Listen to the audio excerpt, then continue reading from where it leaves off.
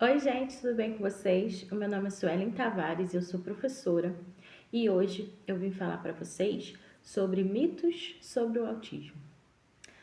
Realmente a gente tem vários mitos aí, né, relacionados ao autismo e é importante a gente desmistificar, né, a gente quebrar alguns paradigmas para que a gente consiga tirar alguns preceitos, né, algumas coisas que vira e mexe a gente acha que é verdade, porém não são verdade. A primeira coisa que eu vou falar para vocês é que muita gente acha que o autista ele não tem sentimentos, né? E isso não é verdade, tá? Os autistas eles têm sentimentos sim, eles amam muito, porém eles têm formas diferentes de demonstrar esse sentimento. Então a gente precisa tirar essa essa esse preconceito, né? Esse conceito que foi colocado na nossa cabeça, né? De que o autista não tem sentimento.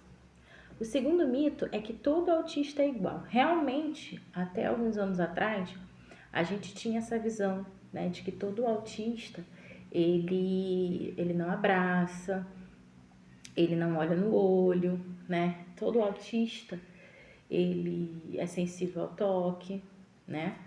Porém, isso foi mudando, né? Hoje a gente tem um espectro que ele é amplo e nós temos variedades de características, desde uma característica mínima até uma característica mais severa. Então é importante a gente avaliar se aquela pessoa realmente não está dentro do espectro por causa de alguma coisa que a gente acha que é um mito, né?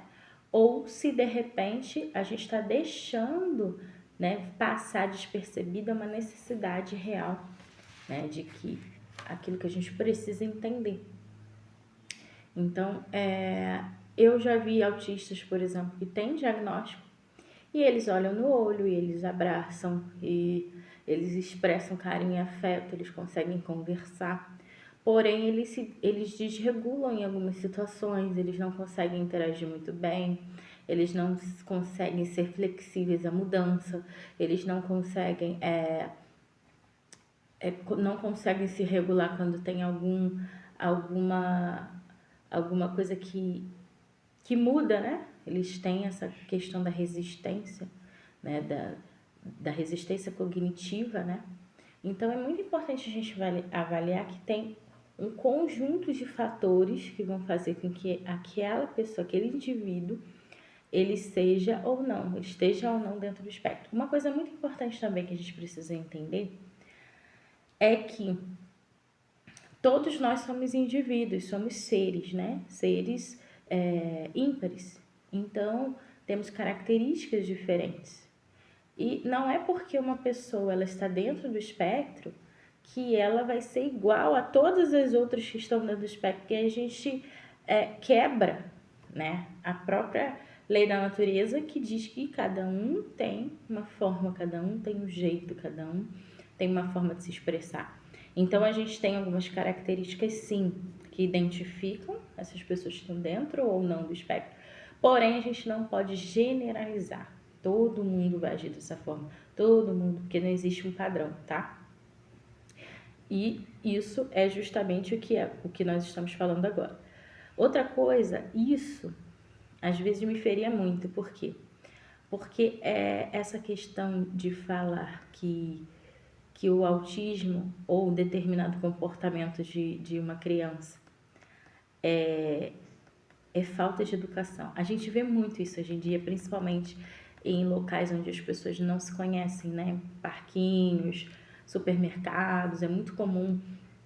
Às vezes uma criança está fazendo uma birra ou está tendo um comportamento assim diferente, atípico, e a gente vê olhares julgando aquela mãe de que é falta de educação, de que aquela mãe não fez nada, de que aquela mãe tinha que ser mais firme, né? E isso fere muito a mãe, né? Fere muito a pessoa que tá ali, porque na verdade não é isso, né?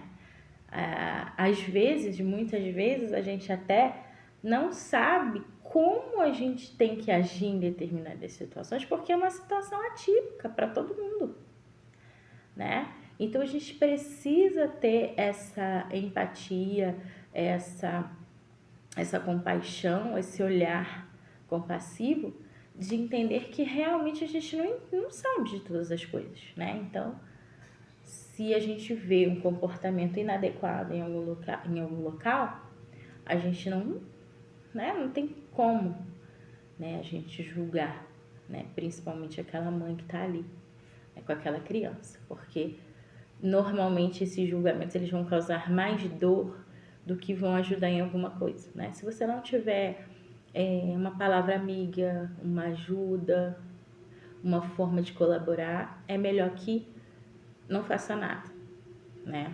Porque esse tipo de coisa, de comentário, de julgamento, ele só coloca a pessoa para baixo, né? E isso não é bom. Nós temos que ser pessoas que edificam umas às outras, né? O quarto mito é que os autistas não conseguem ter uma vida normal, por exemplo, estudar, trabalhar, casar, desenvolver talentos, né? Isso é um mito realmente, a gente vê muitas pessoas que vivem uma vida normal, até porque dentro do espectro nós temos os autistas que são severos, são aqueles autistas que realmente precisam de um suporte o dia inteiro, uma pessoa ali do lado para tomar banho, para botar roupa.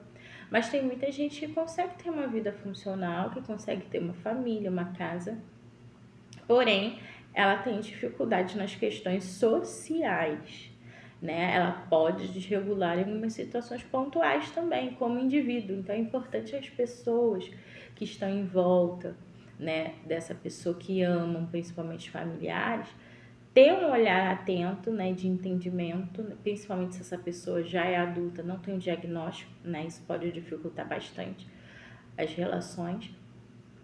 Mas é importante a gente ter esse olhar diferenciado, né? Não somente para crianças, que é muito importante, mas também para os adultos, porque hoje a informação ela já está chegando para todo mundo, né? Então a gente nunca pode dizer assim, ah, mas eu nunca ouvi falar disso, porque hoje em dia a informação ela realmente está chegando para todos, tá bom? Então a informação ela ajuda muito a combater esses preconceitos, né? E hoje a gente tem acesso ilimitado a essas informações. Se você gostou desse vídeo, curte, se inscreve no canal e até o próximo vídeo. Muito obrigada!